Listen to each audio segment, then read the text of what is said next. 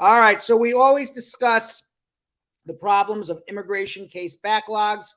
Well, this year, a new backlog has been created for permanent resident visas for priests and other religious workers. Can you imagine now priests have to wait for a green card?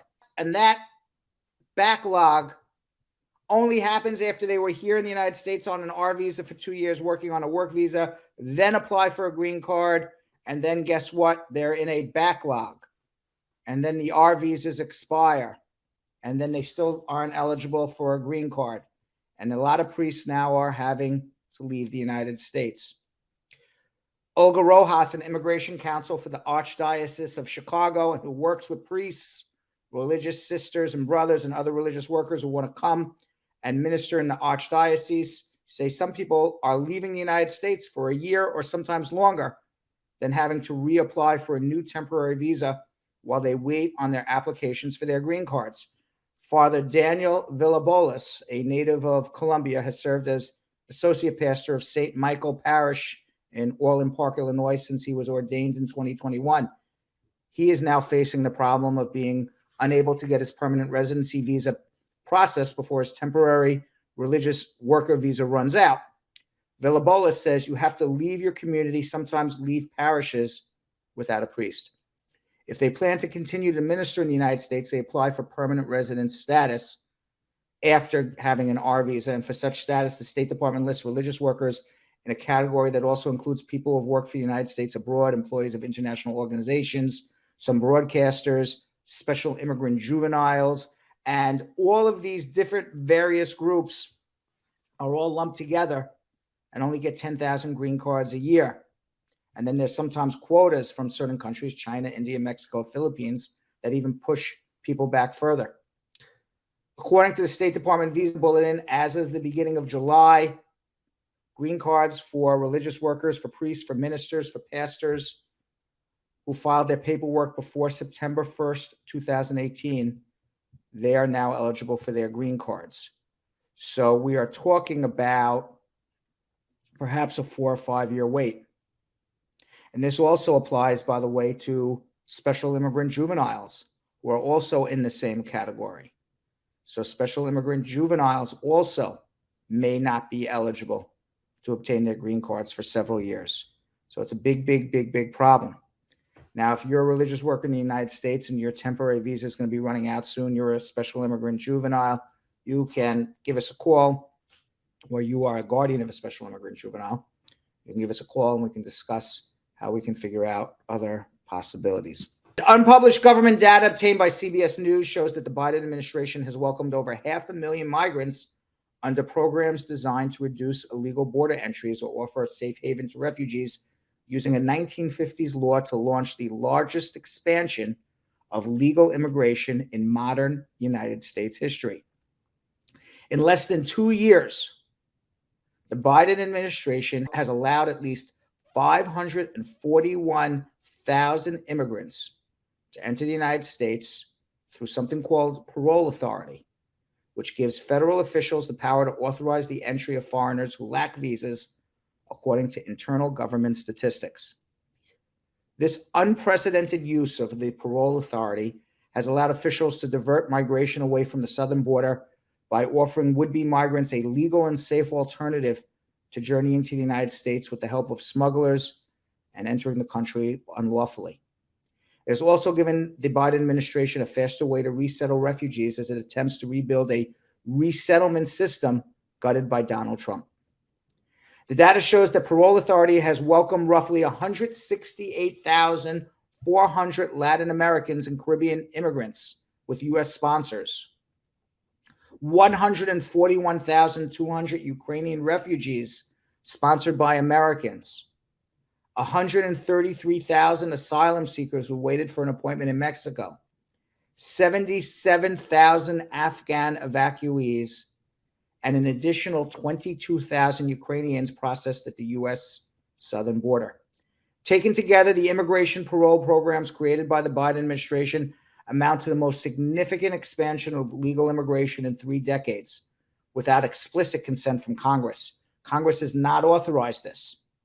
Congress has actually not authorized any expansion in immigration since 1990. Now, to come live and work in the United States legally, immigrants generally must have a visa or approved refugee status. But this law for parole, dating back to 1952, allows officials to use this parole authority to admit those who don't have visas if doing so furthers an urgent humanitarian cause or significant public benefit. While it does not make migrants eligible for permanent status or citizenship, parole gives them the ability to live and work in the U.S. legally, typically for 1 or 2 year increments that can be renewed. Doris Meisner, a top U.S. immigration official during the Reagan and Clinton administrations, said during the Cold War, Republican and Democratic administrations paroled hundreds of thousands of refugees fleeing communism in Cuba, Eastern Europe, and Southeast Asia. But Meisner said that the Biden administration's use of parole is historic. At this scale, in this time period, she says, it is unprecedented. The Biden administration's first large-scale use of parole occurred in the summer of 2021, when it invoked the law to resettle tens of thousands of Afghans after a massive airlift from Taliban-controlled Afghanistan.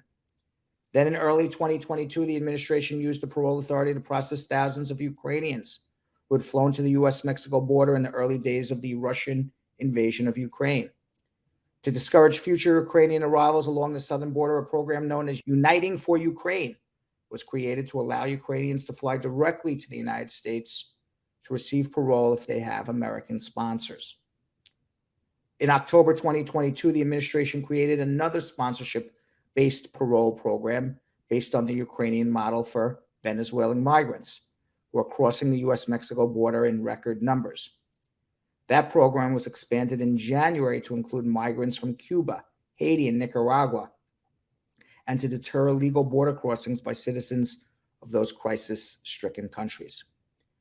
That same month, the U.S. started allowing migrants in Mexico to use a mobile app known as CBP-1 to request an opportunity to enter the country at a legal port of entry.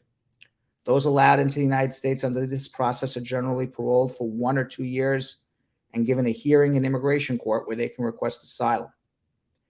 The Biden administration has also used parole to welcome deported U.S. military veterans, migrant families separated under the Trump administration, at-risk Central American minors with family members in the United States, and Cubans and Haitians with American relatives.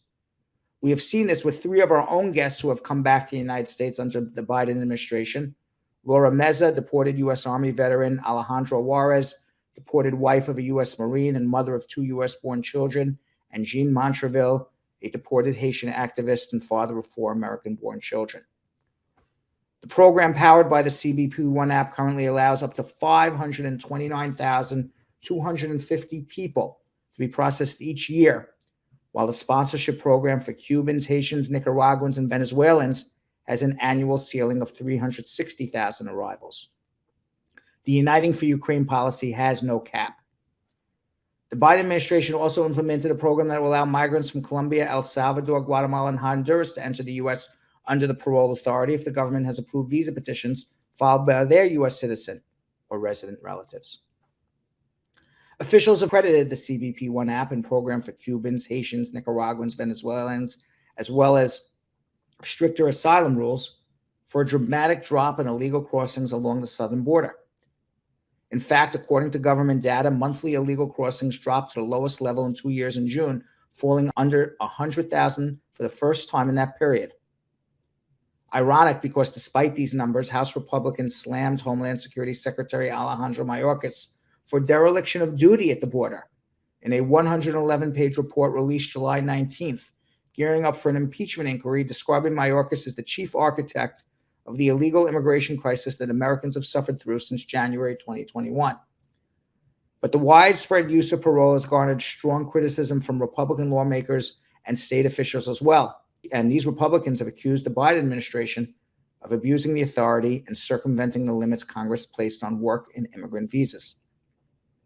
Senior Department of Homeland Security officials said the administration use of parole is lawful because immigration officials still make individual determinations as to whether migrants should receive parole. And officials also note that over the same period when more than 500,000 people were paroled, the U.S. deported or expelled migrants over 3 million times. It seems like the Republicans want it both ways. They don't want to pass any immigration laws to allow Biden to make the border safer and more realistic asylum rules and more realistic rules to allow people to enter the United States legally. But at the same time, as they refuse to pass any laws to allow Biden to make the process easier, smoother, more realistic in this time and age, they sit there and criticize him for doing what he can do and what he is doing, which is making the situation substantially better. The Justice Department has notified Texas and it has filed a lawsuit over Greg Abbott's floating border barrier in the Rio Grande to deter migrants from crossing illegally. The Department of Justice sent a letter to Abbott on Thursday, July 20th, demanding that Texas remove the buoys and razor wire along the Rio Grande by today, Monday, July 24th, or legal action will be taken. The letter read, quote, "The state of Texas actions violate federal law, raise humanitarian concerns, present serious risks to public safety and the environment, and may interfere with the federal government's ability to carry out its official duties." And just a few minutes before we went on the air today, it was reported by the New York Times that the government has in fact sued the state of Texas. The Biden administration has been facing pressure to intervene in Abbott's escalating border security activities. 86 House Democrats led by San Antonio Congressman Joaquin Castro sent a letter to the Biden administration on Friday. The letter said, "We write to express our profound alarm over border policies instituted by Texas Governor Greg Abbott that are putting asylum seekers at serious risk of injury and death, interfering with federal immigration enforcement, infringing on private property rights, and violating U.S. treaty commitments with Mexico. We urge you to assert your authority over federal immigration policy and foreign relations and investigate and pursue legal action as appropriate against Governor Greg Abbott." Abbott's floating wall is part of his larger $4 billion border security initiative called Operation Lone Star, which has been testing the legal limits of a state's ability to enforce immigration policy. The Republican governor claims the Biden administration is not doing enough to stop illegal migration through Texas. Abbott said in a tweet Friday in response to the Department of Justice letter, "Texas has the sovereign authority to defend our border under the U.S. Constitution and the Texas Constitution." But again, the irony. Although there's been a dramatic drop in illegal crossings along the southern border in recent weeks, Governor Abbott claims he needs the barbed wire floats to stave off unprecedented illegal border entries. This timing simply doesn't make any sense. Quite frankly, it's a political stunt by Governor Abbott, and as the Attorney General of Texas from 2002 to 2015, and as a member of the Texas Supreme Court from 1996 to 2001, I would bet he knows that what he is doing is in violation of the U.S. Constitution. On July 14th, Hearst newspapers reported in an email from a trooper from the Texas Department of Public Safety who wrote that the state's policies along the southern border have stepped over the line into inhumane. The trooper describes incidents in which migrants attempting to cross the border were injured by razor wire on the Texas side of the Rio Grande, as well as troopers being ordered to push groups of people, including children, back into the water and denying them water. Ben Werman, the Washington correspondent for the Houston Chronicle and the San Antonio Express News, who broke the story, told the Texas Standard that the email was sent by a trooper working in Eagle Pass. Last month, he sent it to a superior officer, raising a series of concerns that incidents he'd seen where he felt migrants were being mistreated, treated, as he said, inhumanely. That includes a case where a pregnant woman was found caught in razor wire the state had put up having a miscarriage. A 4-year-old girl had been trying to cross the wire and was pushed back by Texas National Guard soldiers. She then passed out from the heat exhaustion. Another case, a teenager broke his leg when he was trying to navigate the river to get around the razor wire and had to be carried by his father. That's just 3 cases. Woman having a miscarriage, 4-year-old girl passing out, little boy breaking his leg. The author of this email also suggested that in addition to the wire on the shore, the state has also set up traps in the river.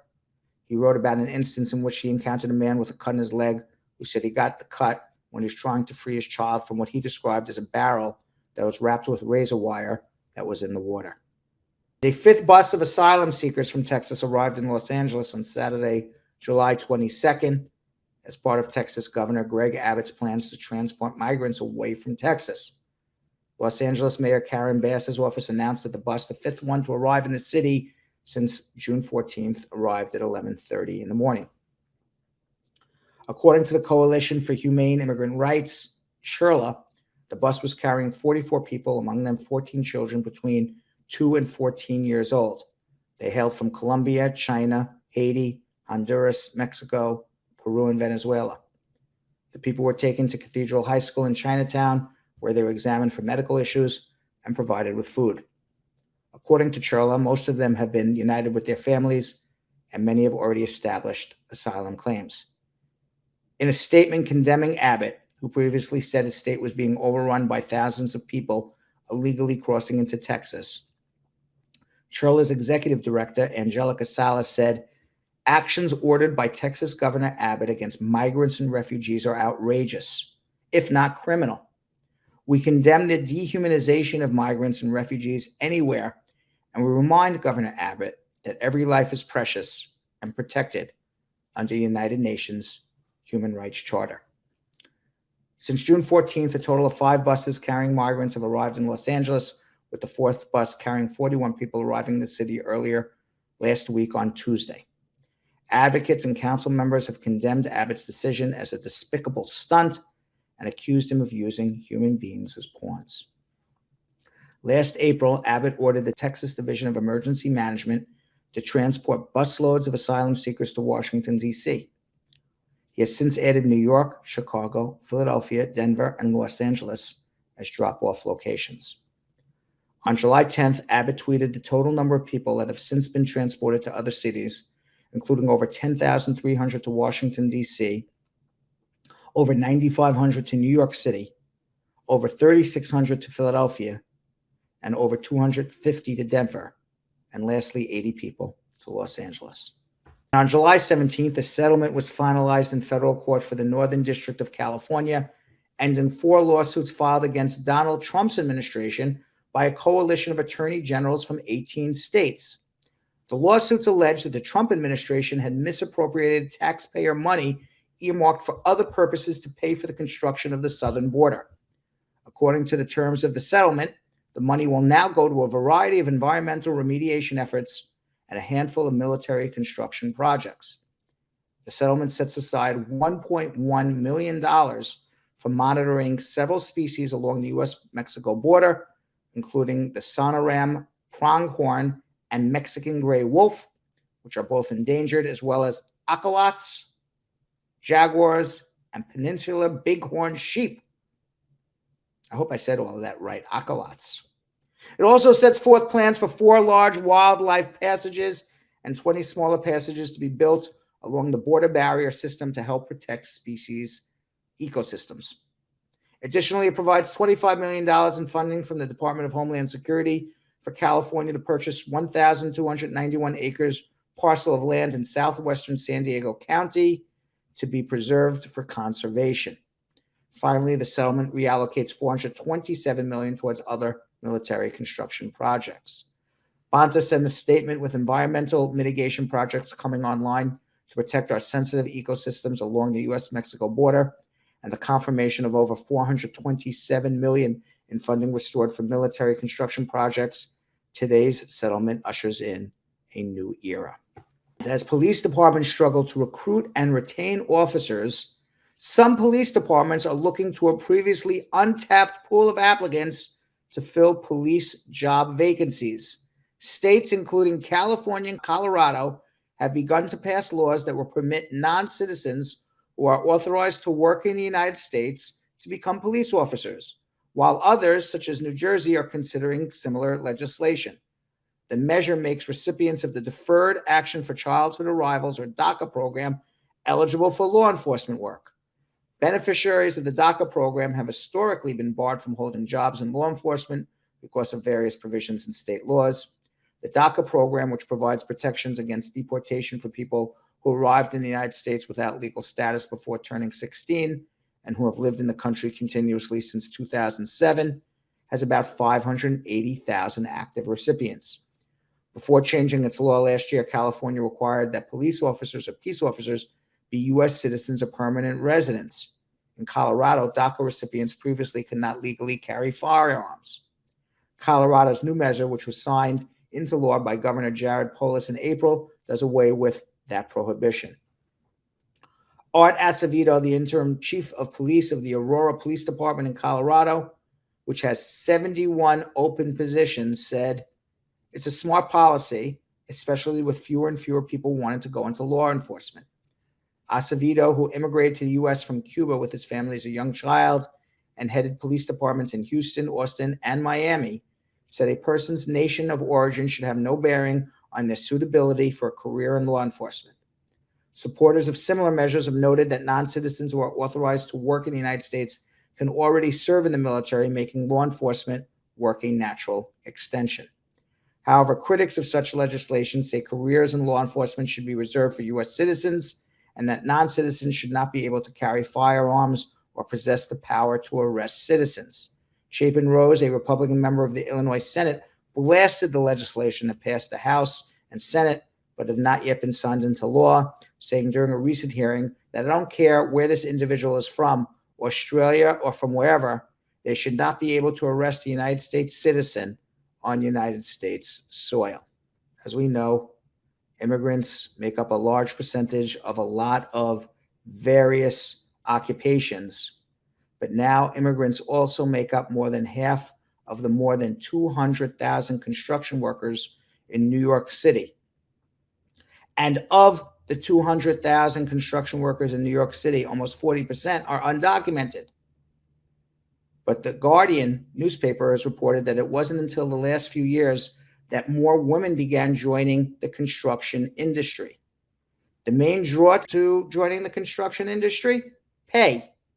Whereas a cleaning or restaurant job might pay below minimum wage, construction work is paying $20 minimum or more an hour. Some women say they prefer construction's morning to afternoon schedule, which better aligns with their children's school days. Others see it as an opportunity to build a professional career, make more money, do something more exciting.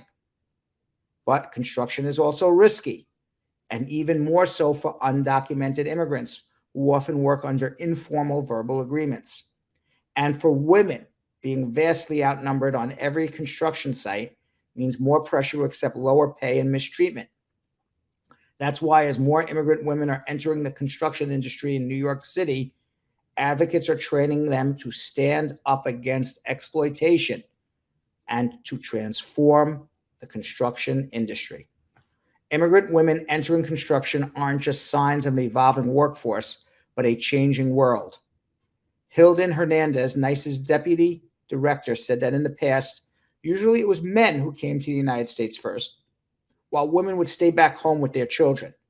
Now, as the political and economic situation gets worse, in many South American countries, more women are coming due to necessity. And compared with past immigrants, the women are more often younger, educated, and coming alone. At NICE's offices in Queens, The Guardian spoke with Nelsie Suazo, a 25-year-old immigrant from Honduras who has been living for the past year in South Brooklyn homeless shelter with her 4 children and her mother. Before coming to New York, Suazo had worked as a roofer in the small town of Jasper, Texas, as one of 2 women on a job site with as many as 80 male coworkers. They called her Mommy and Mi Amor, and they taunted her. She said she tried to ignore it, reminding herself that the weekly pay was nearly 3 times more than the $500 a week she was making working in a restaurant kitchen. But Suazo's job site also lacked proper safety equipment, including gloves, harnesses, women's sizes for safety equipment. So she often climbed ladders and walked on steep roofs without any safety equipment. Sometimes, like the men, she even worked without a helmet. One day, one of the men fell 3 stories after his foot got caught in a ladder while carrying tiles without a harness. The man survived with broken nose. It was a horrible sight, said Suazo. I felt even worse because they blamed him. The man didn't sue because he was afraid of being deported. Suazo kept silent as well, saying, I felt like I couldn't say anything because I thought I don't have any rights. Well, quite frankly, she does have rights, And quite frankly, if you do sue, you would not get deported. It would actually be a retaliation. And especially if you do sue, you should go to an attorney that handles both personal injury and immigration, like me. So we protect you on both sides of the aisle. One of the advocates trying to change, that is 35-year-old Angelica Nova, a former English teacher in Colombia. Like many other undocumented women in New York City, Nova initially tried working as a cleaner, but the harsh chemicals were too much. So she consulted NICE, which ended up training her to work in construction. She also found the lack of respect from her male coworkers, who would call her little girl or sweet little thing. But there's also a safety issue. Once, while she worked next to a male foreman on the suspended scaffolding, he asked her to stand on top of a bucket so that they could reach more areas without having to reposition the platform. Because she had already taken the safety course, Nova knew the request wasn't allowed, and she said no. Today, Nova is no longer undocumented and works as a staffer at NICE, where she's the director of training and education for immigrant workers, including a construction pre-apprenticeship program reserved for female immigrants. At NICE's offices in Jackson Heights, immigrants take classes such as a 30-hour Spanish language training on OSHA's federal safety guidelines and a 10-hour New York City-specific safety course. Advocates are hoping to create enough empowered workers that employers across the city construction industry will be forced to improve their conditions. And they see an indirect opportunity to raise safety standards for the entire industry. Every woman The Guardian spoke with for this story agreed. Female construction workers tend to take safety more seriously than men, and the numbers appear to reflect that. While New York City sees about a dozen construction-related fatalities every year, advocates say no female construction workers are known to have died on any job in New York. And whether you are a U.S. citizen or you're living and working in the United States without documentation, you have the right to a safe workplace and the right to compensation if you're injured in a construction worksite accident, particularly in New York State. And as I said, if you are an immigrant or you are undocumented, you would need the services of a fantastic personal injury construction accident team and an equally fantastic immigration team to make sure your rights are fully protected. And that's what you have at Spar and Bernstein. And the immigrant of the day is Dr. Geeta Rao Gupta of India. Dr. Geeta Rao Gupta grew up in India, Mumbai, and Delhi. She attended the University of Delhi and Bangalore University. In 1985, she and her family moved from India to the United States. She spent many years working for the International Center for Research on Women and has become an internationally known leader in gender equality and women's economic security. And along the way, she has become a naturalized United States citizen. And on July 11th, as Dr. Gupta was sworn in as the U.S. ambassador on global women's issues, her daughter tweeted, 38 years after we arrived from India to the United States, the vice president swore in my mother, Geeta Gupta, to ambassador on global women's issues, with my father holding her copy of the U.S. Constitution. So much work to do, but it was an inspiring day for women, girls around the world, and for immigrant families. And over the next few weeks, Dr. Gupta will be traveling to Nairobi, Kenya, and Rwanda in connection with her new role. Congratulations, Dr. Gupta.